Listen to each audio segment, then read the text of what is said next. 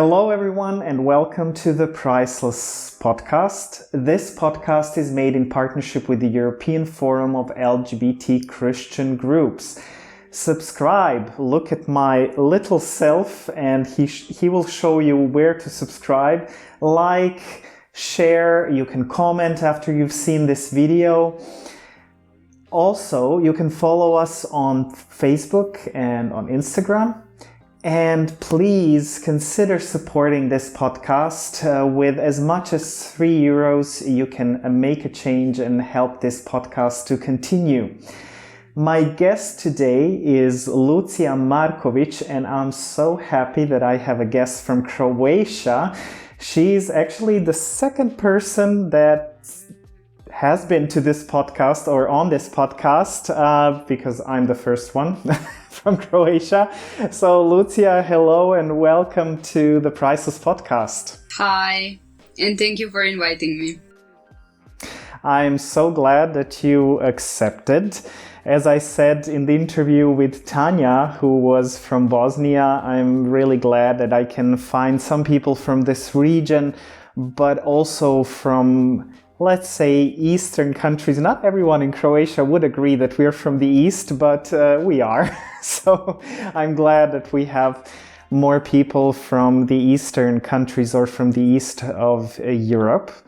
So I will start with telling you a few words, and you can react to these words with one word, or you can elaborate if you would like to. Okay. So the first word is sexuality.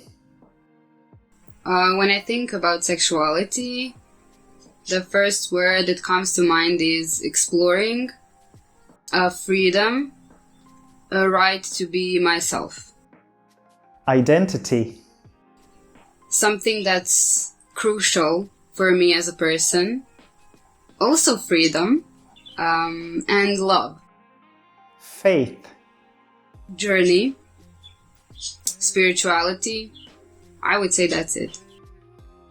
Church. Oh.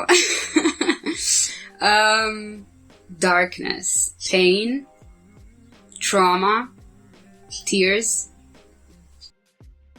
Humor. Joy, laughter. And the last word is leisure. Peace, enjoying myself, nature, and happiness. Thank you so much. So first I would like to ask you, how do you identify with your sexuality and your gender identity? So I identify as cisgender and a lesbian. So let's start with something juicy in the beginning. How did your family react to you coming out as a lesbian? So my parents are divorced, so I had two separate reactions, I would say. I never really told my mom, directly. We never spoke about my sexuality, but she realized it through my sister, my stories about friends. I was in a relationship with a girl. I always told her about really close friends that I had, but I think she realized when I actually moved at my dad's place. So when I went to live with him, that's when my relationship with her really, it was getting worse. She's really homophobic, so she doesn't really accept that I'm a lesbian. She knows it, but she's no, it's a phase, and it's something that she has to pray about, and it will, I guess, leave my body and soul. So I don't really talk with her at all, almost at all. And my dad was really okay with it. He actually congratulated me when I told him that I'm a lesbian. He's really supportive. So yeah, I'm really glad that he's a really strong supporter of that part of my identity. How is it for you that you are estranged from your mother? Well, I kind of got used to it after some time, which is really sad, but I think you just have to learn how to cope with all those emotions. It really wasn't easy. I was terrified at first because when I realized I was lesbian, I still lived with her. I knew that I won't really be able to live my freedom and to be free and to explore my sexuality if I'm at her place, if I'm living with her. So it was like this constant war in my head. She is also very, very religious, so she was always insisting that like our family has to go to church and I would have to be present at church meetings and everything that was connected to church. It was really hard for me because I was really like, we had this special connection, especially because when they divorced, I went and lived with her for like the entirety of my life. And I always shared my emotions with her. I was like, I have two sisters. I'm the middle one. And I think I was always the most emotional one. And I had like kind of the deepest relationship with my mother. I was really overprotective. I thought that my dad was the one to blame for their marriage ending.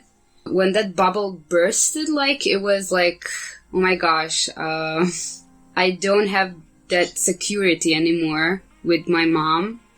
And it was like I stopped having a mother because I was left alone. I was given a choice, like either I can return to my faith, pray and read Bible and go to church, or I can like continue my liberal lifestyle, but then I wouldn't really be able to have a connection with her or a relationship because she really insists on having a personal relationship with God. What I hear, this separation from your mother is kind of like a protection for you that you had to do to protect yourself. Yeah, definitely. I really had to cope with a lot of emotions. Recently I started to go to therapy, which is really great. I'm really proud of myself for finally starting that journey. But yeah, I had like major events in my life when I came out of closet. Yeah, it was like that event is by itself really stressful, and it can be traumatic, and it's just hard, especially when you are losing members of your family that are really close to you or were close to you. So yeah. You said at one point when I came to realize or accept myself as a lesbian, how was that process for you of realizing that you are lesbian and accepting yourself? It was stressful, for sure, but it was also very liberating. I used to be really religious. Like I had this anxious relationship with God, I would say, very fearful and very obedient. It took a long time for me to finally give myself a chance to even think about, oh, maybe I'm not straight. When that happened, the first thoughts about that were in high school, but I really wasn't ready to explore that topic more. So I was like, I would pray and I would pray against those thoughts. I would like pray for God to kind of remove them from my head and heart. I never shared that with anyone because people in my church were really judgy, and I think they would probably tell me that it's like a demon or something, and I would probably have many more problems than I already had in that time, just being a teenager. Yeah, I was like trying to deny it all.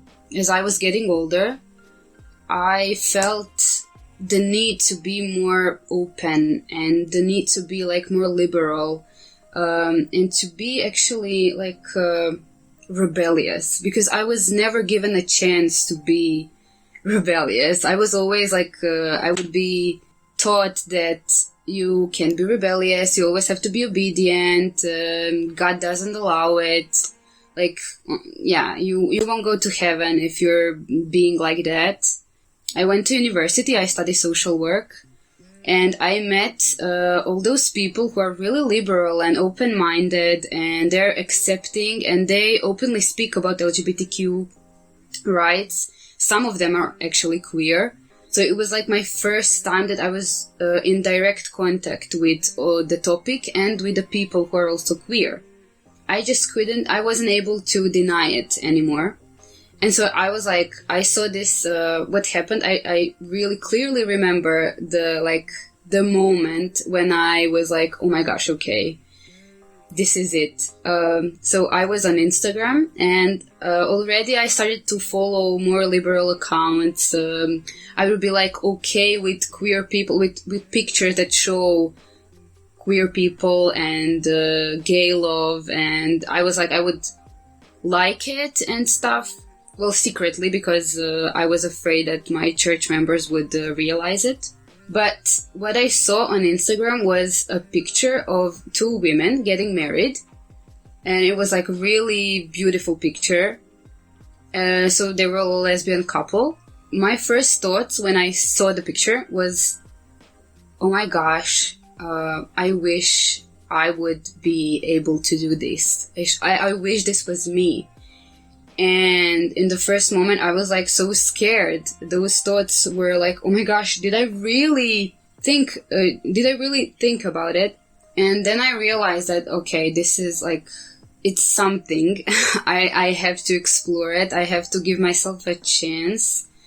And that's like the moment where I started to really educate myself about this topic. And really, I was really like starting my sexuality journey and exploring it. And yeah. That's why you said exploring when you said when I asked you about sexuality. Yes, it makes sense. What about your church? What happened there with you accepting yourself? As much as I know, you went to a very conservative, charismatic church. Yeah, it's an evangelical charismatic church, yeah. I think I was 12 when I first got there, because I was raised in a Catholic church. But then my mother, she had this friend, and she started to talk with her about this church, and she really liked it. And so she was like, okay, from now on we're going there. It's like this church is different. It's like a place where you can meet God really, like in its truest form. We started to go there, and I met a lot of friends. I had a lot of connections there.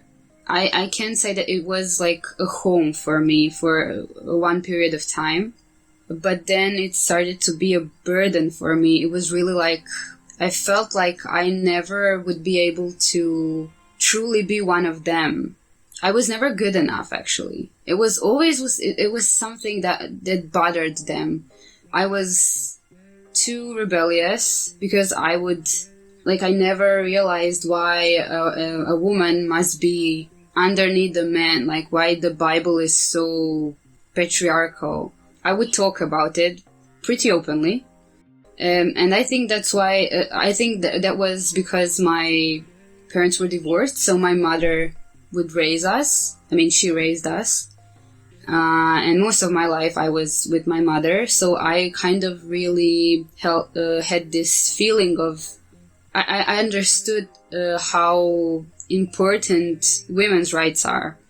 They never liked that. They really would tell me that it was dangerous to believe something like that, that God had his divine plan. And but I had good moments also there. I had many friends. I had like really beautiful connections with God.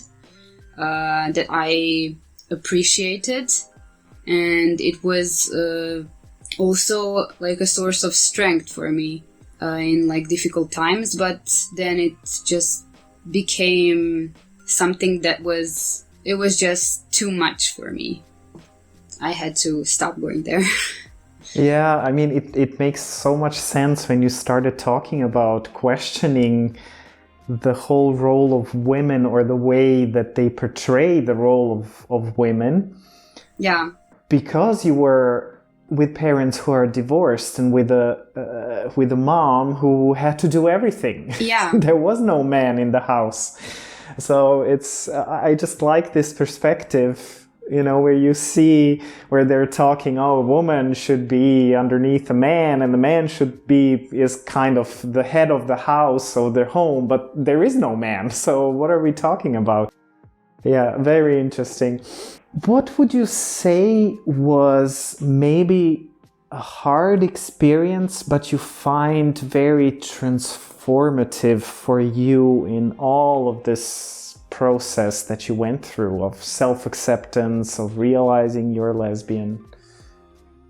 Well, I would say the coming out experience, that was like, it was a process of accepting each and every part of me and just giving myself freedom to be me and to explore what does it really mean, because I really wasn't able to do so in so many years, as I was the part of the church, and so I would live my life by the rules that church really was telling us to how to live.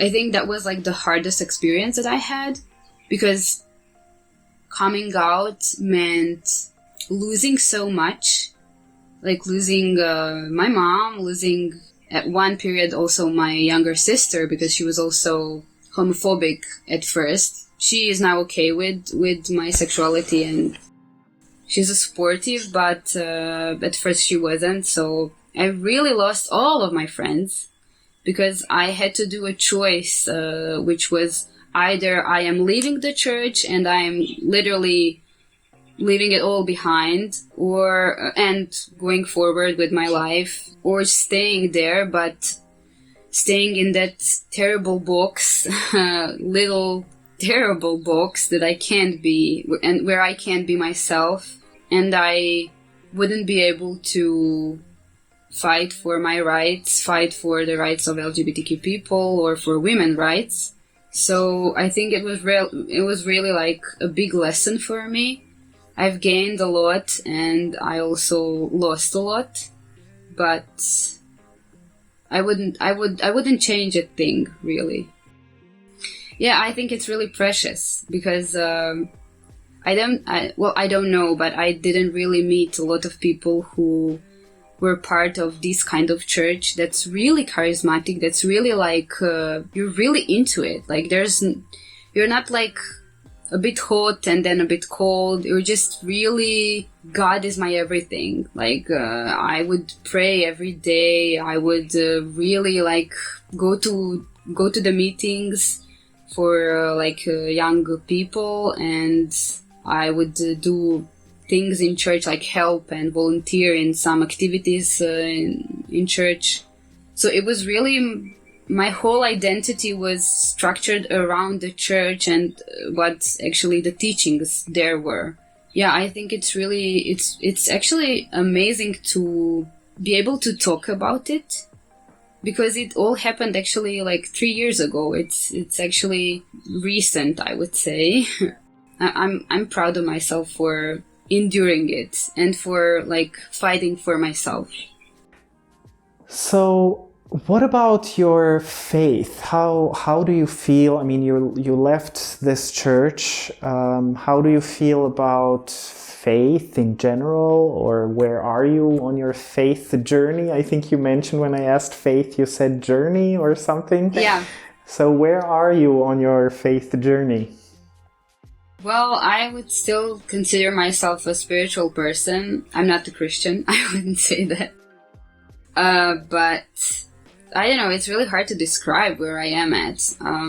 I believe in some kind of energy, and that nothing that happens is like a coincidence. I wouldn't say that. I do believe that there's something bigger than us. But yeah, I would just say I believe in love that's not the love that is described in the Bible. Although there are also, like, there are nice verses about love even in the Bible. Yeah, it's really hard to describe. It's a journey. It's every day I learn something new. I'm really open for everything, really. Like, I love to learn new things about religions and beliefs. I also really liked astrology when I first went out of church. That was something that I really never was able to explore. It was something demonic and satanic and whatever. I really found it interesting when I was able to explore it. Mm-hmm. You know, when you say astrology, something I always remember is when one of my friends, and he's from the church, who said, but he's also pretty open-minded, and he said, I don't know why we make so much fuss about astrology when the three wise men were actually astrologists. You know, they were reading in the stars that Jesus was born. Like, what are we talking about? So just a short, funny story. But yeah, what you say, you know, sometimes we can't really label where we are, and it's a journey, and we don't have to, and I can so much connect to what you are saying, because I don't know how to define myself as a person of faith. I don't know. How do you see the whole process of accepting yourself and also changing the way you see your faith and the way you have a bigger freedom to explore faith, life in general? How do you see that this changed your perspective on life? It definitely made me a more empathetic person. Like, I was able to connect with my emotions much more. I'm definitely much more open-minded and accepting, like, in general. Can I just say that I love that you first talk about yourself. I love. Yes, connecting to yourself. That's so important. Having empathy for yourself. Please continue, but I just had to say that I love that you mentioned yourself first. Well, I think that is because the teachings in the church were so toxic, and so, yeah, they were so toxic that, you know, everything that I learned was how to deny myself, really, and how to how to hate myself. If you go, like, in the depth of all of it, it's the teachings of how to become less me and more, you know, Jesus, God, whatever.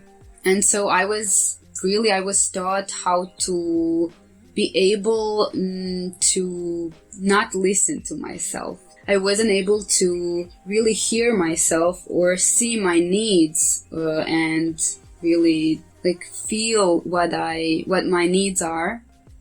So that was like a major part of my deconstruction and faith journey, that I would reconnect myself again. I just really learned how to hug myself and how to enjoy that hug. Yeah, I became more aware of importance of self-work, just education, and the importance of really fighting for yourself, and then for, like, the LGBTQ rights in general. And it was like it became a source of my strength. Just like church once was, and the teachings of the church that I thought are really wholesome and something good for me, I realized how toxic they were, and I found my true strength, I guess, true sources of my strength. Beautiful. I mean, I just love that image of giving yourself a hug and loving it.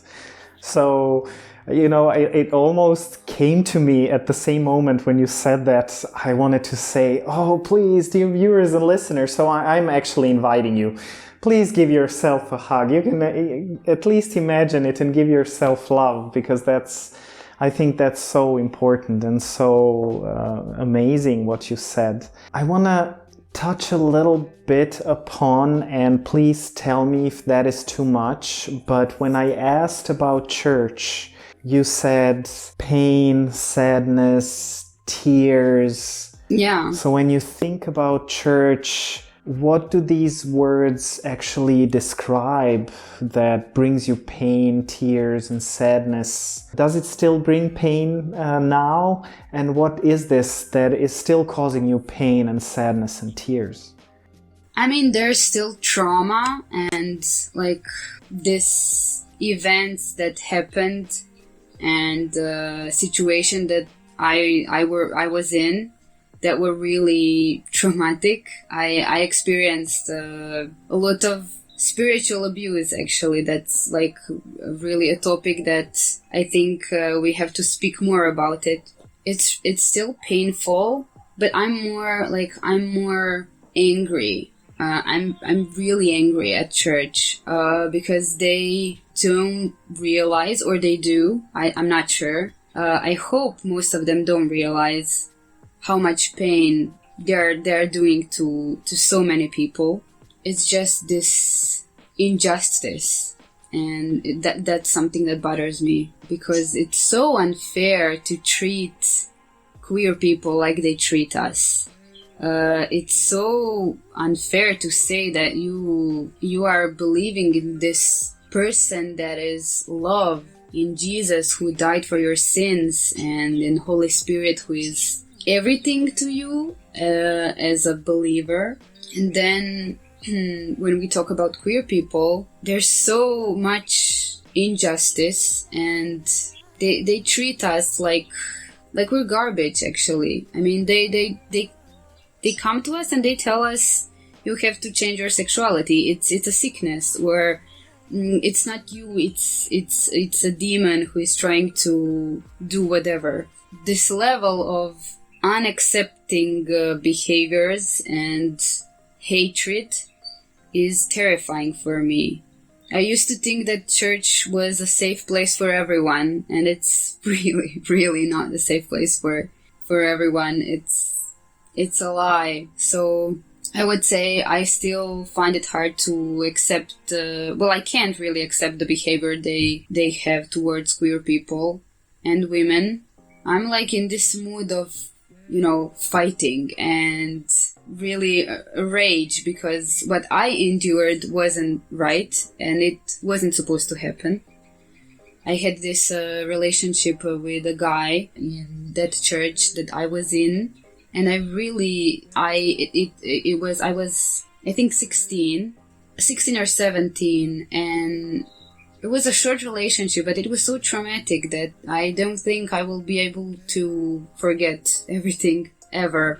Actually, that guy was also in church, and we were like dating, and it really started to become very emotionally abusive relationship. So it was like, I really wanted to go out of that relationship. The problem was that person that I was in relationship with was emotionally unstable, and he started to manipulate, and he would say that he would kill himself if I would break up with him. And so I went to this person who was like a leader in church. He was like on a leading position, and I told him everything. And what he did was he connected us with a youth pastor from another city in Croatia. And he would perform this, it was exorcism, but it wasn't exorcism. He would cast away spirits. But the problem is, everything was an evil spirit for that person. Everything that was seen bad in the Bible, for example, I don't know, the exploring of your sexuality, or being intimate with someone before marriage, it was all a sin, and it was all a spirit, an evil spirit that had to be cast away.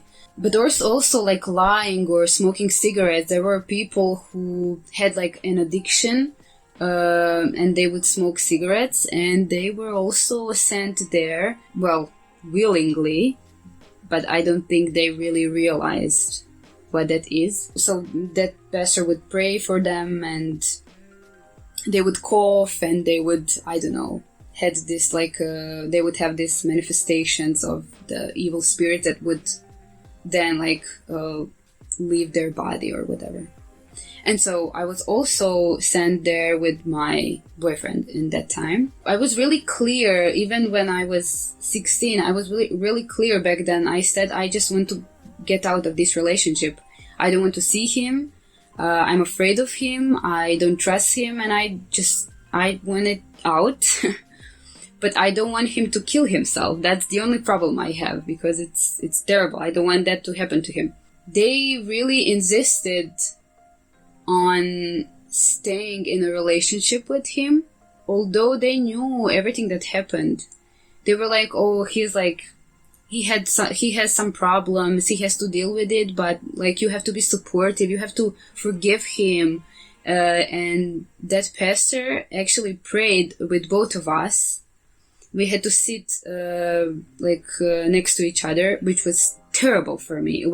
I had this traumatic response. Even when I just was sitting next to him, or when I saw him, it was like, I don't want to be near that person ever again. They were just like, no, you're young, you can like endure it, you can, we will help you resolve the problems you have. That's a godly relationship. You will be like a great example of God's love and power. And so it was really it was unbelievable. That was like the experience that really was, oh my gosh, the church it can be a terrible place. Although I was still into the church and believing all of that. Wow. Yeah. So after all these experiences, with everything you went through, accepting yourself, what would you say Lucija today is what? I would say I am powerful, free, and bold queer who is not afraid to be herself, to love herself, and also to learn how to love others around me and to accept them. Amazing. I have to ask you, do you maybe have a funny coming out story? Something that, I don't know, maybe coming out, or in all of this process, maybe something funny happened to you that you would be willing to share with us? Nobody really asked me that before. So yeah, we always talk about so many serious things. I would say that when I first started dating girls and I started to go out and like on dates, that was like the first time that I also started to give myself permission to drink alcohol. So I view it as like a really nice and like a nice time for myself, because I was finally able to be relaxed. And so I know I would do some crazy things. It wasn't crazy, but I would crazy for you as Lucija before compared to Lucija before. Like I was supposed to go on a date with this person, and I changed my mind in one like moment, because I had a really great time with another person that was a really good friend of mine, but it was also a person that I started to get feelings for her. We had some alcohol together, and it was like a great night. We played some games, and we just had a fun night. In one moment, I was like, please, can you just write a message to this person? Because she also knew that girl that I was supposed to go on a date with. it's a small world. So I think she actually told her, like, in my name that I wouldn't be able to go on a date. It was just funny back then. So yeah. The time of exploration and realizing, oh, we can have fun. Yes, that's great. So is there anything I haven't asked you, but you kind of think, oh, this would be really interesting for people, or maybe important for you to share while you're telling your story?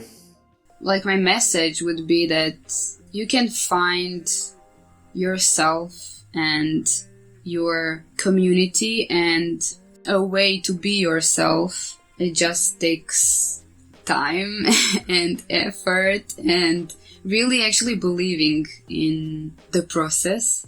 I would say that today I'm really thankful for everything that happened. I'm in a committed and beautiful relationship. I'm really happy with her. She's also a spiritual person, so we share that part, which is beautiful. When I used to go on dates and when I just had like queer friends that weren't really spiritual, or they weren't like opposed to it, but they weren't really interested in exploring spirituality, or they just didn't have a need to connect with that energy or whatever you want to call it. In one period of my life, I was really like desperate and a bit sad, because I thought, okay, I was able to get out of the church and to start living like myself, but I still miss this spiritual part of all of it. Like, I don't want to be completely cut off from it. So I was like, will I ever find a person that will also understand that part of me and would maybe, I don't know, go with me on that journey of the faith journey and exploring other beliefs and religions and just spirituality in general. And then I found my current partner, so I can say you can have both of it. Like, you can have, you can be queer, you can also be a believer, you can still care about your faith.